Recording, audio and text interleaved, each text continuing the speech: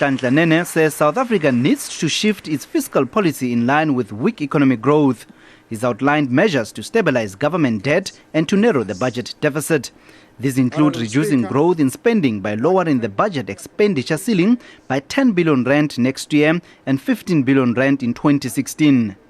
One, we will freeze budgets of non-essential goods and services for the 2014 at levels of 2014-15.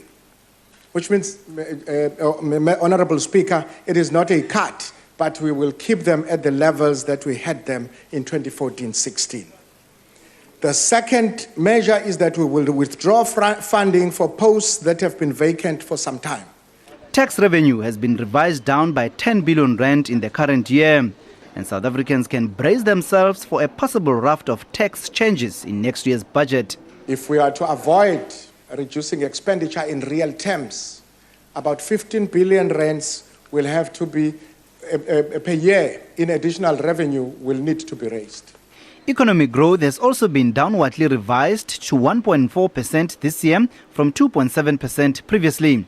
The minister says greater private sector investment is needed to help finance infrastructure programs necessary to boost growth. When it comes to priorities, education, health and social protection will continue to receive the lion's share of the budget. We will not balance this budget on the backs of the poor.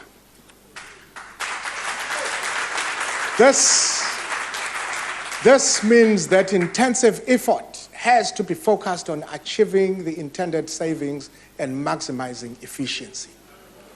And public servants have been warned that future salary increases will be in line with inflation. Treasury says any deviation from this will mean finding resources elsewhere or a reduction in government employment. SABC News, Parliament.